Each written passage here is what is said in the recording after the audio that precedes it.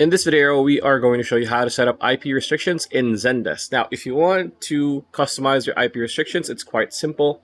All you need to do is once you are in your dashboard, look towards your upper left corner. It's going to say support for the most part. Click on the drop-down option. This will pop up. You want to click on Admin Center like so. A new tab will appear on your browser. Wait for it to load.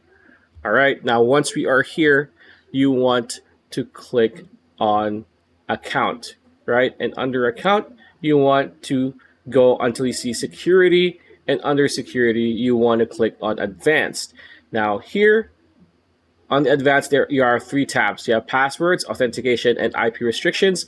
By default, it is not ticked, enable IP restrictions. If you want to enable them, you want to click this and then put the IP range here and then click save. After that, you will be good to go. So that's pretty much it. That's a video. Hope you liked it. Like, comment, share, subscribe, ring that bell icon. We'll see you on the next video.